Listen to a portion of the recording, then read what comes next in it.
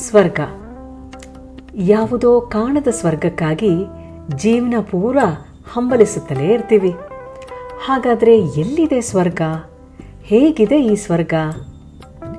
ದೇವಲೋಕದ ಸ್ವರ್ಗದ ಬಗ್ಗೆ ಯೋಚಿಸೋಕೆ ಶುರು ಮಾಡಿದ್ರಾ? ಆ ಸ್ವರ್ಗಕ್ಕೂ ಕಿಚ್ಚು ಹಚ್ಚಿಸುವಂತಹ ಭೂಲೋಕದ ಸ್ವರ್ಗದ ಪರಿಚಯ ಮಾಡ್ತೀವಿ ಬನ್ನಿ. ಸ್ವತಃ ದೇವಲೋಕದ ದೇವತೆಗಳೇ ತಮ್ಮ ಸ್ವರ್ಗಲೋಕವನ್ನು ಮರೆತು ಈ ಭೂಲೋಕದ ಸ್ವರ್ಗದಲ್ಲೇ ಉಳಿದು ಬಿಟ್ಟಿದ್ದರು. ಸ್ವತಃ ದೇವತೆಗಳೇ ಮನಸೋತು ಉಳಿದುಕೊಂಡಿದ್ದ ಆ ವೃಂದಾವನವೇ ಈ ದೇವವೃಂದ.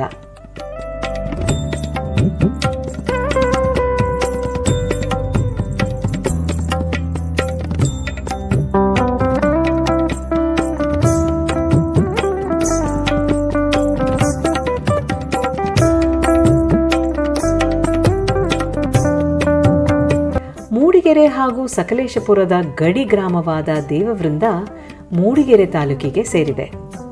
ಆದರೆ ಸಕಲೇಶಪುರ ಹಾಗೂ ಮೂಡಿಗೆರೆ ಎರಡೂ ಕಡೆಯಿಂದಲೂ ಒಂದೇ ದೂರ ಆಗುತ್ತೆ. ಚಿಕ್ಕಮಗಳೂರು ಜಿಲ್ಲೆಯಲ್ಲಿನ ದೇವವೃಂದದ ಇತಿಹಾಸ ಪ್ರಸಿದ್ಧ ದೇಗುಲದ ದರ್ಶನವನ್ನ ಇಲ್ಲಿ ನಿಮಗೆ ಮಾಡಿಸ್ತೀವಿ. ದಕ್ಷಿಣ ಕಾಶಿ ಅಂತಲೇ ಕರೆಸಿಕೊಳ್ಳುವ ಶ್ರೀ ಪ್ರಸನ್ನ ರಾಮೇಶ್ವರ ದೇವಾಲಯದ ಕುತೂಹಲಕಾರಿ ಇತಿಹಾಸ ನಿಮಗೆ ಖಂಡಿತ ಇಷ್ಟ ಆಗುತ್ತೆ. ಕಿವಿಗೊಟ್ಟು ಕೇಳಿ ನಮ್ಮ ದಕ್ಷಿಣ ಕಾಶಿಯ ಇತಿಹಾಸವನ್ನ. ಅಚಿಂತ್ಯ ವ್ಯಕ್ತರೂಪಾಯ ನಿರ್ಗುಣಾಯ ಗುಣಾತ್ಮನೆ ಸಮಸಗ್ಧೋದಾರಮೂರ್ತೆ ಬ್ರಹ್ಮಣೇ ನಮಃ. ಬೃಂದಾರಕಶಿರೋರತ್ನಂ ಪೂಜಿತಾಂಗ್ರೀ ಸರೋರುಹಂ ದೇವವೃಂದ ಕ್ಷೇತ್ರಾಧೀಶಂ ಪ್ರಸನ್ನರಾಮೇಶ್ವರ ಸನ್ನಿಶಾಸನಂ. ಈ ದೇವಸ್ಥಾನ ಸಾಧಾರಣ 1-2 ಶತಮಾನದಲ್ಲಿ ಕಂಡುಹಿಡಿಯಲ್ಪಟ್ಟದ್ದು. ತುಂಬ ಜನರು ಇಲ್ಲಿ ಭಕ್ತಾದಿಗಳು ಬರ್ತಾರೆ. ಹಾಗಾಗಿ ವಿಶೇಷವಾಗಿ ಎಲ್ಲ ಶಿವನಿಗೆ ವಿಭೂತಿ ಇದ್ದರೆ ಈ ಶಿವನಿಗೆ ಗಂಧ ಹಚ್ಚುವಂಥ ಕ್ರಮ ಇಲ್ಲಿ. ಹಾಗಾಗಿ ವಿಶೇಷವಾದ ಸ್ಥಳ ಇದು. ಇಲ್ಲಿಯ ವಿಶೇಷ ಮತ್ತೊಂದೇನೆಂದರೆ ಎಲ್ಲ ಗೋಪುರಕ್ಕೂ ಈ ಗೋಪುರಕ್ಕೂ ತುಂಬ ವ್ಯತ್ಯಾಸ ಇದೆ. ಇದಕ್ಕೆ ನಾಗಕದಂಬ ಗೋಪುರ ಅಂತ ಹೆಸರು. ಹಾಗಾಗಿ ಎಲ್ಲ ಶಿವನ ಗರ್ಭಗುಡಿ ತುಂಬ ತುಂಬ ಹೀಟ್ ಇರ್ತದೆ. ಆದರೆ ಈ ಶಿವನ ಗರ್ಭಗುಡಿಯಲ್ಲಾಗಲಿ ಹೊರಗಾಗಲಿ ಒಳಗಾಗಲಿ ತುಂಬ ತಂಪು. ವಿಷ್ಣುವಿನ 6ನೇ ಅವತಾರ ಪರಶುರಾಮರು ತಂದೆ ಜಮದಗ್ನಿಯ ಆದೇಶದಂತೆ ಮಾತೆ ರೇಣುಕಾದೇವಿಯ ತಲೆಯನ್ನ ಕಡಿದು ಮಾತೃಹತ್ಯೆಯ ದೋಷಕ್ಕೆ ಒಳಗಾಗ್ತಾರೆ. ಆ ಮಾತೃಹತ್ಯಾ ದೋಷದ ನಿವಾರಣೆಗಾಗಿ ಪರಶುರಾಮರು ಎಲ್ಲ ಪವಿತ್ರ ನದಿಗಳಲ್ಲಿ ರಕ್ತ ಅಂಟಿಕೊಂಡಿದ್ದ ಕೊಡ್ಲಿಯನ್ನ ತೊಳೆಯುತ್ತಾ ಹೊರಟಿದ್ರು. ಹೀಗೆ ಹೊರಟ ಪರಶುರಾಮರು ದೇವವೃಂದದ ಕಡೆ ಬರ್ತಾರೆ. ದೇವವೃಂದದಲ್ಲಿ ಪರಶುರಾಮರು ಕಾಡನ್ನು ತಮ್ಮ ಕೊಡಲಿಯಿಂದ ಸರಿಸುತ್ತಾ ಹೋಗುವ ಸಂದರ್ಭದಲ್ಲಿ ಕೊಡಲಿ ಒಂದು ಕಲ್ಲಿಗೆ ತಾಗಿದ ಅನುಭವ ಆಗುತ್ತೆ. ಅದೇನೆಂದು ನೋಡಲು ಹೋದ ಪರಶುರಾಮರಿಗೆ ಕಂಡಿದ್ದು ಶಿವಲಿಂಗ. ಕೊಡಲಿ ಏಟಿನಿಂದ ಲಿಂಗದ ನೆತ್ತಿಯ ಭಾಗದಲ್ಲಿ ರಕ್ತ ಸುರಿಯೋದಕ್ಕೆ ಆರಂಭ ಆಗಿತ್ತು. ಶಿವಶಿವ, ಇದೇನು ಅನರ್ಥ ನಡೆದು ಹೋಯಿತು?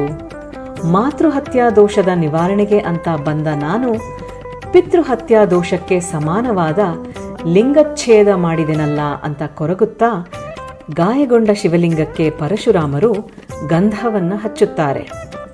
ಮರುದಿನ ಮತ್ತೆ ಬಂದು ನೋಡಿದಾಗ ಪರಶುರಾಮರು ಶಿವಲಿಂಗಕ್ಕೆ ಹಚ್ಚಿದ ಆ ಗಂಧ ಕಪ್ಪು ಬಣ್ಣಕ್ಕೆ ತಿರುಗಿತ್ತು. ಆ ಕಪ್ಪಾದ ಗಂಧವನ್ನ ವಜ್ರಗಂಧ ಅಂತ ಕರೆಯಲಾಯಿತು.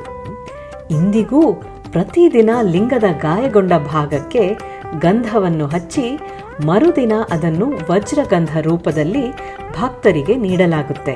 ಇಲ್ಲಿಯ ವಿಶೇಷ ಅಂದರೆ ವಜ್ರ ಪ್ರಸಾದ ಅಂತ. ಶಿವನ ಶಿರೋಭಾಗಕ್ಕೆ ಹಚ್ಚಿದ ಗಂಧವನ್ನು ಪ್ರತಿ ಯುಗಾದಿಯ ದಿನ ಅದನ್ನು ಎಲ್ರಿಗೂ ಕೊಡ್ತಾರೆ. ಹಾಗೆ ದಿನವೂ ಅದನ್ನು ನಾವು ಈ ಕಾಣಿಕೆ ಡಬ್ಬಿ ಮೇಲಿಟ್ಟು ಎಲ್ಲರಿಗೂ ಹಚ್ಕೊಳ್ಳಿಕ್ಕೆ ಕೊಡ್ತೇವೆ. ಇಲ್ಲಿ ವಿಶೇಷವೇ ವಜ್ರಪ್ರಸಾದ. ಆ ವಜ್ರಪ್ರಸಾದದಿಂದ ಎಂಥ ದೋಷಗಳು, ಎಂಥ ಶಾಪಗಳು, ಪಾಪಗಳಿದ್ದರೂ ಕೂಡ, ಯಾವುದೇ ಮಾತೃಶಾಪ ಇದ್ದರೂ ಕೂಡ ನಿವಾರಣೆ ಆಗುವಂತಹ ಶಕ್ತಿ ಆ ವಜ್ರಪ್ರಸಾದಕ್ಕಿದೆ. ಅದನ್ನು ಇಟ್ಟುಕೊಂಡು ಪೂಜೆ ಮಾಡಿ ಸಾಕು, ಅಂತಹ ಫಲವನ್ನು ಕೊಡುವಂತಹ ಶಕ್ತಿ ಆ ವಜ್ರಪ್ರಸಾದಕ್ಕೆ, ಇಲ್ಲಿಂದ ಗಂಧಕ್ಕೆ ಇದೆ. ಮಾತೃಹತ್ಯಾ ದೋಷದ ಜೊತೆಗೆ ಪಿತೃಹತ್ಯಾ ದೋಷಕ್ಕೆ ಸಮಾನವಾದ ಲಿಂಗಚ್ಛೇದ ಮಾಡಿದೆನಲ್ಲ ಎಂದು ಕೊರಗಿದ ಪರಶುರಾಮರು ನಂತರ ಅಲ್ಲೇ ಪರಶಿವನ ತಪಸ್ಸಿಗೆ ಕುಳಿತುಕೊಳ್ಳುತ್ತಾರೆ. ಪರಶುರಾಮರ ತಪಸ್ಸಿಗೆ ಮೆಚ್ಚಿದ ಶಿವ ಪ್ರತ್ಯಕ್ಷನಾಗಿ, ತಿಳಿಯದೇ ಮಾಡಿದ ತಪ್ಪು ಅದು ತಪ್ಪಲ್ಲ, ನನ್ನನ್ನು ಕುರಿತು ತಪಸ್ಸನ್ನು ಆಚರಿಸಿದ ನಿನ್ನ ಮಾತೃಹತ್ಯಾ ದೋಷವು ನಿವಾರಣೆಯಾಗಿದೆ ಅಂತ ಆಶೀರ್ವದಿಸುತ್ತಾರೆ. ನಂತರ ತ್ರೇತಾಯುಗದ ಸಮಯದಲ್ಲಿ ಸೀತೆಯನ್ನು ಹುಡುಕಿಕೊಂಡು ಉತ್ತರದಿಂದ ದಕ್ಷಿಣಕ್ಕೆ ಬಂದ ರಾಮ ಲಕ್ಷ್ಮಣರು ಶಿವನ ಕುರಿತು ಇಲ್ಲಿ ತಪಸ್ಸನ್ನು ಆಚರಿಸಿ ಶಿವನು ಪ್ರಸನ್ನನಾಗಿದ್ದರಿಂದ ಈ ಲಿಂಗಕ್ಕೆ ಪ್ರಸನ್ನ ರಾಮೇಶ್ವರ ಅನ್ನೋ ಹೆಸರು ಬಂತು. ದೇವಾನುದೇವತೆಗಳೆಲ್ಲ ಇಲ್ಲಿನ ಪ್ರಕೃತಿ ಸೌಂದರ್ಯಕ್ಕೆ ಮಾರು ಹೋಗಿ ಸ್ವರ್ಗವನ್ನೇ ಮರೆತು ಈ ಸ್ಥಳದಲ್ಲಿ ಬಂದು ನೆಲೆಸಿದ್ದರಿಂದ ಈ ಗ್ರಾಮಕ್ಕೆ ದೇವವೃಂದ ಅನ್ನೋ ಹೆಸರು ಬಂತು ಅಂತ ಪುರಾಣಗಳು ಹೇಳುತ್ತವೆ. ಇಂತಹ ಪೌರಾಣಿಕ ಇತಿಹಾಸ ಉಳ್ಳ ಪ್ರಸನ್ನ ರಾಮೇಶ್ವರ ದೇವಾಲಯಕ್ಕೆ ಬಂದು ಪೂಜೆ ಸಲ್ಲಿಸಿದರೆ ಕಾಶಿ ವಿಶ್ವನಾಥನ ದರ್ಶನ ಪಡೆದಷ್ಟೇ ಪುಣ್ಯ ಲಭಿಸುತ್ತದೆ ಅನ್ನೋದನ್ನ ಅಲ್ಲಿನ ಶಾಸನಗಳು ಹೇಳುತ್ತವೆ. ಈ ಕ್ಷೇತ್ರದ ಕಾರಣಿಕ ಏನೆಂದು ಗುಜರಾತ್ನಲ್ಲಿರುವ ಭಕ್ತರಿಗೂ ಗೊತ್ತಿದೆ ಅನ್ನೋದು ಇತ್ತೀಚೆಗೆ ತಿಳಿದು ಬಂದ ಸುದ್ದಿ. ನೀವು ದೇವಾಲಯದ ಸುತ್ತ ಕಣ್ಣಾಡಿಸಿದರೆ ಈ ದೇವಾಲಯವನ್ನು ಗಂಗರು ಕಟ್ಟುವುದಕ್ಕೆ ಶುರು ಮಾಡಿ ಕದಂಬರು, ಚೋಳರು, ಚಾಲುಕ್ಯರ ನಂತರ ಹೊಯ್ಸಳ ಹಾಗೆ ವಿಜಯನಗರದ ಸಮಯದಲ್ಲಿ ದೇವಸ್ಥಾನ ಪರಿಪೂರ್ಣವಾಯಿತು ಅನ್ನುವ ಅಂಶವನ್ನು ಇತಿಹಾಸ ಹೇಳುತ್ತೆ. ಈ ಗ್ರಾಮದಲ್ಲಿ ಇಂಟರ್ನೆಟ್ ಸೌಲಭ್ಯ ಹೇಗಿದೆ ಅಂತ ನೀವು ಇಲ್ಲಿನ ಗುಬ್ಬಚ್ಚಿಗಳನ್ನು ಕೇಳಬೇಕು. ನೀವು ದೇವಾಲಯದ ಒಳಗೆ ಹೋಗುವ ಮೊದಲು ಊರ ಕಾಯೋ ಮಾರಿಕಾಂಬಾ ಮಾತೆಯ ದರ್ಶನ ಪಡೆದೇ ಒಳಗೆ ಹೋಗಬೇಕಾಗುತ್ತೆ. ಕಲ್ಲಿನ ಮೇಲೆ ಕಲ್ಲನ್ನು ಇಟ್ಟು ನಿರ್ಮಿಸಲಾದ ಶತಮಾನಗಳಿಂದ ಧೋ ಎಂದು ಸುರಿವ ಮಳೆ ಮಾರುತಗಳನ್ನು, ಬೀಸುವ ಗಾಳಿಗಳನ್ನು ಲೆಕ್ಕಿಸದೆ ತಟಸ್ಥವಾಗಿ ನಿಂತಿರುವ ಗರುಡ ಗಂಭ, ಮುಂದಕ್ಕೆ ಹೋದರೆ ಕದಂಬ, ಗಂಗರು, ಚೋಳ, ಹೊಯ್ಸಳ, ವಿಜಯನಗರ ಸಾಮ್ರಾಜ್ಯದ ಕುರುಹು ಎಂಬಂತೆ ತನ್ನದೇ ಆದ ಸೊಬಗಿನಿಂದ ಕಂಗೊಳಿಸುತ್ತಾ ಇರುವ ಘಂಟಾ ಮಂಟಪ, ಅಲ್ಲಿನ ಕಂಬಗಳು, ಮೂರ್ತಿಗಳು, ದೇವಸ್ಥಾನ ರಚನೆಯ ಶೈಲಿಗಳು ನಮ್ಮನ್ನು ಆಳಿದ ರಾಜಮನೆತನಗಳನ್ನು ಮತ್ತೆ ನಾವು ನೆನಪಿಸಿಕೊಳ್ಳುವ ಹಾಗೆ ಮಾಡುತ್ತವೆ. ಅಲ್ಲಿಂದ ಭಕ್ತರಿಗೆ ಒಳಗೆ ಪ್ರವೇಶವಿಲ್ಲದ ಕಾರಣ ಅಲ್ಲಿಯೇ ಇರುವ ನಂದಿ, ಚಿಂತೆ ಮಾಡಬೇಡಿ, ಶಿವನಿಗೆ ಏನಾದರೂ ಪರ್ಸ್ನಲ್ ವಿಷಯ ಹೇಳೋಕೆ ಇದ್ದರೆ ನಂಗೆ ಹೇಳಿ, ನಾನು ನಿಮ್ಮ ಕೋರಿಕೆಗಳನ್ನು ರಾಮೇಶ್ವರನಿಗೆ ತಲುಪಿಸುತ್ತೇನೆ ಅಂತ ಭಕ್ತವತ್ಸಲನಾಗಿ ಘಂಟಾ ಮಂಟಪದಲ್ಲಿ ರಾಮೇಶ್ವರನ ದರ್ಶನ ಪಡೆಯುತ್ತಾ ಕುಳಿತಿದ್ದಾನೆ. ವಿಶೇಷ ಏನಂದರೆ, ಇಂತಹ ಅದ್ಭುತ ದೇವಸ್ಥಾನ ಕಟ್ಟಿದ ಶಿಲ್ಪಿಯಾಗಲಿ ಅಥವಾ ಕಟ್ಟಿಸಿದ ರಾಜಮನೆತನದ ಹೆಸರಾಗಲಿ ಎಲ್ಲೂ ಕೂಡ ಉಲ್ಲೇಖ ಆಗಿಲ್ಲ. ವಿಶೇಷ ಅಂದರೆ, ಈ ಗರ್ಭಗುಡಿಯ ಹೋಗುವ 1ನೇ ಘಂಟಾ ಮಂಟಪದಿಂದ ಒಳಗಡೆ ಹೋದರೆ ಯಾವುದೇ ಸಿಮ್ ವರ್ಕ್ ಆಗೋದಿಲ್ಲ. ಇಲ್ಲಿ ಒಂದೆಡಿಂದ ಹೊರಗಡೆ ಎಲ್ಲ ಸಿಮ್ ವರ್ಕ್ ಆಗ್ತದೆ, ಒಂದೆಡಿ ದಾಟಿದರೆ ಅಲ್ಲಿ ಯಾವುದೇ ಸಿಮ್ ವರ್ಕ್ ಆಗೋದಿಲ್ಲ. ಆ ಜಾಮರನ್ನು ಆ ಕಾಲಕ್ಕೆ ಶಿಲ್ಪಿಗಳು ಅದನ್ನು ಹಾಕಿದ್ದಾರೆ. ಇದು ಇಲ್ಲಿಯ ಅದ್ಭುತ ವಿಶೇಷ. ಇಲ್ಲಿ 5 ಬಾವಿ ಇದೆ. 5 ಬಾವಿಯಲ್ಲಿ ಶಿವನಿಗೆ ಅಭಿಷೇಕ ಮಾಡುವಾಗೆ ತುಂಬ ಶುದ್ಧ ಪರಿಶುದ್ಧವಾದ ನೀರು, ಅಮೃತದಷ್ಟೇ ಸ್ವೀಟು ಕೂಡ ಹೌದು. ಭಾರಿ ಪರಿಶುದ್ಧವಾದ ನೀರು ಈ ಬಾವಿದು, ಶಿವನಿಗೆ ಅಭಿಷೇಕ ಮಾಡೋದು. ಇಲ್ಲಿಂದ 10 ಅಡಿ ಹೊರಗಡೆ ಒಂದು ಬಾವಿ ಇದೆ, ಅದು ಇದರ ಅರ್ಧಷ್ಟು ಕೂಡ ಶುಭ್ರವಾಗಿಲ್ಲ. ಇದು ಅತಿ ಶುಭ್ರವಾದ ಪುಣ್ಯ ನೀರು. ಶ್ರೀ ವೀರಭದ್ರ ಸ್ವಾಮಿ, ಶ್ರೀ ಕೋಟೆ ಆಂಜನೇಯ, ಶ್ರೀ ಪಾರ್ವತಿ ಮಾತೆ, ಶ್ರೀ ಮಹಾಗಣಪತಿ, ನವಗ್ರಹಗಳು, ಸುಕ್ಕಿ ಅಮ್ಮನವರು, ಶ್ರೀ ಕಾಲಭೈರವ, ಶ್ರೀ ಚನ್ನಕೇಶವ ಸ್ವಾಮಿ ಇವರೆಲ್ಲ ಶ್ರೀ ಪ್ರಸನ್ನ ರಾಮೇಶ್ವರ ಸ್ವಾಮಿಯ ಸುತ್ತಲೂ ಪರಿವಾರ ದೇವತೆಗಳಾಗಿ ನೆಲೆಸಿದ್ದಾರೆ. ಇಲ್ಲಿ ಇನ್ನೊಬ್ಬ ನಂದಿ ಇದ್ದಾನೆ. ಒಳಗಿರುವ ನಂದಿ ಘಂಟಾ ಮಂಟಪದವರೆಗೆ ಬಂದ ಭಕ್ತರ ಸಂದೇಶವನ್ನು ಶಿವನಿಗೆ ತಲುಪಿಸಿದ್ರೆ, ಈ ನಂದಿ ಸುತ್ತಮುತ್ತ ಇರೋ ಎಲ್ಲ ಊರುಗಳಿಗೂ ವಾರಗಳ ಕಾಲ ತಿರುಗಿ ಶ್ರೀ ರಾಮೇಶ್ವರ ಭಕ್ತರ ಕೋರಿಕೆಗಳನ್ನು ಸಂಗ್ರಹ ಮಾಡಿ, ಜೊತೆಗೆ ಜನರು ಪ್ರೀತಿಯಿಂದ ಕೊಟ್ಟ ಆಹಾರವನ್ನು ತಿಂದು ವಾಪಸ್ ರಾಮೇಶ್ವರನ ಸನ್ನಿಧಿಗೆ ಬಂದು ಭಕ್ತರ ಕೋರಿಕೆಗಳನ್ನು ಒಪ್ಪಿಸುತ್ತಾನೆ. ಈ ಕ್ಷೇತ್ರದ ಪ್ರಾಮುಖ್ಯತೆ ಬಗ್ಗೆ ಗುಜರಾತ್ನ ಒಂದು ದೇವಸ್ಥಾನದಲ್ಲಿ ಹೇಳ್ತಾರೆ ಅಂದರೆ ನಂಬ್ತೀರಾ? ಇದರ ಉದಾಹರಣೆಯನ್ನು ಹೇಳಬೇಕು ಅಂತಾದರೆ ಇದರ ಮಹಿಮೆ ಎಷ್ಟಿದೆ ಅಂದರೆ, ಹಿಂದೆ ನಾವೊಮ್ಮೆ ಒಂದು ಕಡೂರಿನಲ್ಲಿ ಒಂದು ಗ್ರಾಮಕ್ಕೆ ಹೋದಾಗ, ಆ ಗ್ರಾಮದಲ್ಲಿ ಒಂದು ಹಳ್ಳಿಯಲ್ಲಿ ಒಬ್ಬ ರೈತ ಹುಡುಗ ಅವನೊಂದು ವಿಚಾರವನ್ನು ನಮಗೆ ಮುಟ್ಟಿಸಿದರು. ಏನು ಅಂದರೆ, ಅವರ ಸ್ನೇಹಿತರೊಬ್ಬರು ಮಾರ್ವಾಡಿ, ಅವರು ಈ ಒಂದು ಕಾಟನ್ ಬಿಸ್ನೆಸ್ಸನ್ನು ಮಾಡ್ತಾರೆ. ಕಾಟನ್ ಟೆಕ್ಸ್ಟೈಲ್ ಇಂಡಸ್ಟ್ರೀಸ್ ಇಟ್ಕೊಂಡು ಬಿಸ್ನೆಸ್ ಮಾಡ್ತಾರೆ.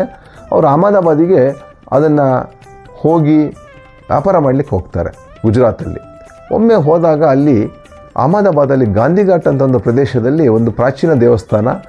ಆ ದೇವಸ್ಥಾನದಲ್ಲಿ ಒಂದು ಗೈಡ್ ದಿನನಿತ್ಯ ಅವರಿಗೆ ಎಲ್ಲ ಬಂದಂಥವರಿಗೆಲ್ಲ ಎಕ್ಸ್ಪ್ಲೇನ್ ಮಾಡಿ ಹೇಳ್ತಾರಂತೆ ಈ ಥರ ನಮ್ಮ ಪುರಾಣದ ಕಥೆಗಳನ್ನೆಲ್ಲ ಹೇಳುವಾಗ ಕಾಶಿ ವಿಶ್ವನಾಥನ ದೇವಸ್ಥಾನದ ಬಗ್ಗೆ ಹೇಳಿ ಅದರ ಕಾರಣಿಕದ ಬಗ್ಗೆ ಹೇಳಿ ಇಷ್ಟೇ ಒಂದು ಕಾಶಿಯಷ್ಟೇ ಪವಿತ್ರವಾದ ದೇವಸ್ಥಾನ ದಕ್ಷಿಣ ಭಾರತದ ಕರ್ನಾಟಕ ರಾಜ್ಯದ ಚಿಕ್ಕಮಗಳೂರು ಜಿಲ್ಲೆ ದೇವೃಂದ ಗ್ರಾಮದಲ್ಲಿದೆ ಅಂತ ಹೇಳ್ತಾರಂತೆ. ಆ ಗೈಡಿಗೆ ದೇವೃಂದ ಎಲ್ಲಿದೆ, ಚಿಕ್ಕಮಗಳೂರು ಜಿಲ್ಲೆ ಎಲ್ಲಿದೆ ಅಂತ ಗೊತ್ತಿಲ್ಲ. ಆದರೆ ಅವರು ಈ ಒಂದು ಕಥೆಯನ್ನು ದಿನನಿತ್ಯಲ್ಲಿ ಹೇಳ್ತಾರಂತೆ. ಅದನ್ನು ಬಂದು ಅವರು ನಮಗೆ ಹೇಳಿದರು. ಬಹುಶಃ ಇದು ಇತಿಹಾಸದಲ್ಲಿ ನಮಗೆಲ್ಲೂ ಸಿಕ್ಕಿಲ್ಲ ನೋಡಲಿಕ್ಕೆ, ಯಾವುದೋ ಪುಟಗಳಲ್ಲಿ ದಾಖಲೆಗಳಲ್ಲಿಲ್ಲ. ಆದರೆ ಇವತ್ತು ಪ್ರೆಸೆಂಟ್ ಸಿಚುವೇಷನಲ್ಲಿ ಇದು ನಡೀತಿರತಕ್ಕಂಥ ಘಟನೆ. ಹಾಗಾಗಿ ಈ ದೇವಸ್ಥಾನಕ್ಕೂ ಈ ಜಗತ್ತಿನ ಮೂಲೆಯಲ್ಲಿರುವಂಥ ಹಲವಾರು ಇದಕ್ಕೂ ಎಷ್ಟೋ ಸಂಬಂಧಗಳಿದ್ದಾವೆ. ಹಿಂದೆ ಒಂದು ಕಾಲದಲ್ಲಿ ಈ ಕ್ಷೇತ್ರ ಅತ್ಯಂತ ಶ್ರೀಮಂತ ಕ್ಷೇತ್ರವಾಗಿತ್ತು ಅಂತ ಇತಿಹಾಸ ಹೇಳುತ್ತೆ. ಈ ದೇವಾಲಯ ಹಿಂದೆ ದೊಡ್ಡ ಒಂದು ಮೆಟ್ರೋಪಾಲಿಟನ್ ಸಿಟಿ ಥರ ದೊಡ್ಡ ಸಿಟಿ ಆಗಿತ್ತು ಅಂತ ಇತಿಹಾಸದಲ್ಲಿ ನಾವು ಕೇಳ್ಪಟ್ಟಿದ್ದೀವಿ. ಇಲ್ಲಿ ಚಿನ್ನದ ಸ್ವಂತೆ ನಡೀತಾ ಇತ್ತು ಬೀದಿಗಳಲ್ಲಿ ಅಂತೇಳಿ ಇತಿಹಾಸ ಹೇಳುತ್ತೆ. ಎಷ್ಟೋ ಜನ ಫ್ಯಾಕ್ಟ್ರಿಗಳಿದ್ವು, ಇಲ್ಲಿ ಕಾರ್ಖಾನೆಗಳು. ಇವತ್ತು ಕೂಡ ಈ ಕಂಚಿನ ಕಾರ್ಖಾನೆ, ತಾಮ್ರದ ಕಾರ್ಖಾನೆ ಅಂತ ಇವತ್ತು ನಮ್ಮಲ್ಲಿ ಒಂದು ಕಂಚಿಕಾರ್ ಉಡುಪಿ ಅಂತ ಒಂದು ಜಾಗ ಇದೆ. ಅದಕ್ಕೆ ಹೆಸರು ಕಂಚಿಕಾರ್ ಉಡುಪಿ ಅಂದರೆ ಕಂಚಿನ ಕಾರ್ಖಾನೆ ಇದ್ದಂಥ ಪ್ರದೇಶ ಅಂತಕ್ಕಂಥ ಕಾರಣಕ್ಕಾಗಿ ಅಲ್ಲಿಗೆ ಆ ಹೆಸರು ಬಂದಿರ್ಬೋದು ಅಂತ ಹೇಳಲ್ಪಡುತ್ತೆ. ಸೊ ಆ ರೀತಿಯಾಗಿ ಈ ದೇವಸ್ಥಾನಕ್ಕೆ ಇರುವಂಥ ಇತಿಹಾಸನೇ ದೊಡ್ಡದು. ಆದರೆ ಮಲ್ಲಿಕಾಫರ್ ಅವರು ಈ ಒಂದು ದೇವಸ್ಥಾನದ ಮೇಲೆ ಆಕ್ರಮಣ ಮಾಡಿದ ನಂತರ ಇಲ್ಲಿ ಸಾಕಷ್ಟು ಅನಾಹುತಗಳಾಯಿತು. ತುಂಬ ಚಿನ್ನವನ್ನು ಲೂಟಿ ಮಾಡಿದರು. ಇಲ್ಲಿ ಇರುವಂಥ ಜನಗಳು ಈ ಊರು ಬಿಟ್ಟು ಓಡಿ ಹೋದರು. ಸುಮಾರು 16 ಜನ ಅರ್ಚಕರು ಕೆಲಸ ಮಾಡಿದಂಥ ದಿನನಿತ್ಯ ಕೆಲಸ ಮಾಡಿದಂಥ ದೇವಸ್ಥಾನ ಇದು. ಸುಮಾರು 7 ರಥಗಳಿದ್ವು ಅಂತ ಹೇಳ್ತಾರೆ ಈ ನಮ್ಮ ದೇವಸ್ಥಾನದ ದೊಡ್ಡ ರಥಗಳು. ಅಂದರೆ ಎಷ್ಟು ವೈಭವದಿಂದ ಕೂಡಿತ್ತು ಈ ದೇವಸ್ಥಾನ ಅನ್ನೋದು ನೀವು ಯೋಚನೆ ಮಾಡಬೇಕು. ಹಾಗಾಗಿ ಇವತ್ತು ಈ ಕ್ಷೇತ್ರ 5000 ಸೀಮೆಗೆ ಸಂಬಂಧಪಟ್ಟಂಥ ಒಂದು ಪ್ರಮುಖ ದೇವಾಲಯ ಅಂತ ಅನಿಸ್ಕೊಳ್ಳುತ್ತೆ. ಪೂಜೆ ಅಂದರೆ ಕೋರಿಕೆಗಳನ್ನು ಕೇಳುವ ಪ್ರಕ್ರಿಯೆ ಅಲ್ಲ. ಹಾಗೇನೆ ದೇವಸ್ಥಾನ ಅಂದರೆ ವರ ಪಡೆಯುವ ಸ್ಥಳ ಅಲ್ಲ. ದೇವಸ್ಥಾನ ಒಂದು ಆಧ್ಯಾತ್ಮಿಕ ಕೇಂದ್ರ. ಅಲ್ಲಿನ ಧನಾತ್ಮಕ ಶಕ್ತಿಯನ್ನು ಅನುಭವಿಸೋದೇ ಒಂದು ವಿಭಿನ್ನ ಅನುಭವ. ಹಾಗೆಯೇ ಪೂಜೆ ಅನ್ನೋದು ನಮ್ಮಲ್ಲಿ ಇರುವ ಋಣಾತ್ಮಕ ಅಂಶಗಳನ್ನು ತೆಗೆದುಹಾಕುವ ಒಂದು ಪ್ರಕ್ರಿಯೆ. ಎಲ್ಲಿ ಇಂತಹ ಆಲೋಚನೆಗಳು ಬರುತ್ತವೆ ಆಗ ಮಾತ್ರ ಆ ಸ್ಥಳ ಒಂದು ರಾಮರಾಜ್ಯ. ಇಂತಹ ಸಮಾಜ ಸುಧಾರಣೆಯಲ್ಲೂ ಅತ್ಯಂತ ಪ್ರಮುಖ ಪಾತ್ರ ವಹಿಸುತ್ತದೆ ಈ ಪ್ರಸನ್ನರಾಮೇಶ್ವರನ ಸನ್ನಿಧಿ. ಜನ ನಮ್ಮಲ್ಲಿ ಬಂದಾಗ ನಾವು ಹೇಳ್ತೀವಿ ಏನಾರು ಒಂದು ಕೆಟ್ಟದನ್ನು ಬಿಟ್ಟು ಹೋಗಿ ಅಂತ. ಬಹುತೇಕ ಬಂದವರಲ್ಲಿ ಕೆಲವರು ಹೇಳ್ತಾರೆ ನಾವು ಮದ್ಯಪಾನ ಮಾಡ್ತೀವಿ ಅಂತ. ಅವರನ್ನು ದೇವ್ರ ಮುಂದೆ ನಿಲ್ಲಿಸಿ ಆಯ್ತಪ್ಪ ಇವತ್ತಿನ ಸಂಕಲ್ಪ ಮಾಡಿ ನಾವು ಮದ್ಯಪಾನ ಮಾಡೋದಿಲ್ಲ ಅಂಥೇಳಿ ಎಷ್ಟೋ ಜನಗೆ ಮದ್ಯಪಾನದ ವಿರುದ್ಧವಾಗಿ ಸಂಕಲ್ಪ ಮಾಡಿ ಮದ್ಯಪಾನ ಬಿಡಿಸಿದಂಥದ್ದು ನಮ್ಮಲ್ಲಿ ಉದಾಹರಣೆಗಳಿದ್ದಾವೆ. ಮಾದಕ ವಸ್ತುಗಳು, ಸಿಗರೇಟು, ಗುಡ್ಕ ಇಂಥ ಮಾದಕ ವಸ್ತುಗಳನ್ನು ಕೂಡ ಅಲ್ಲೇ ಬಿಟ್ಟು ಅಲ್ಲೇ ಹೋಗಿದ್ದಾರೆ.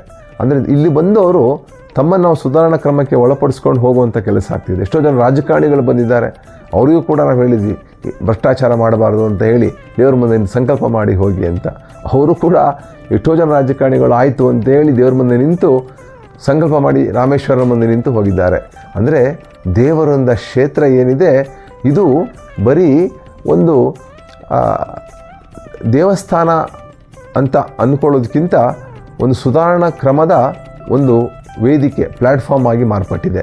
ಹೀಗೆ ಶ್ರೀ ಕ್ಷೇತ್ರ ಪ್ರಸನ್ನರಾಮೇಶ್ವರ ದೇವಸ್ಥಾನ ಇತಿಹಾಸ, ಪುರಾಣ, ಭಕ್ತಿ, ಆಧ್ಯಾತ್ಮ, ತಂತ್ರಜ್ಞಾನ, ಸಮಾಜ ಸುಧಾರಣೆಯಂತಹ ವಜ್ರಗಳನ್ನು ತನ್ನ ಒಡಲಲ್ಲಿ ತುಂಬಿಕೊಂಡಿರುವ ಒಂದು ಅತ್ಯದ್ಭುತ ನಿಧಿ. ನೀವು ಕೂಡ ಕಾಶಿಯಷ್ಟೇ ಪವಿತ್ರವಾದ ಈ ಕ್ಷೇತ್ರಕ್ಕೆ ಭೇಟಿ ನೀಡಿ ಶ್ರೀ ಪ್ರಸನ್ನರಾಮೇಶ್ವರನ ಕೃಪೆಗೆ ಪಾತ್ರರಾಗಿ.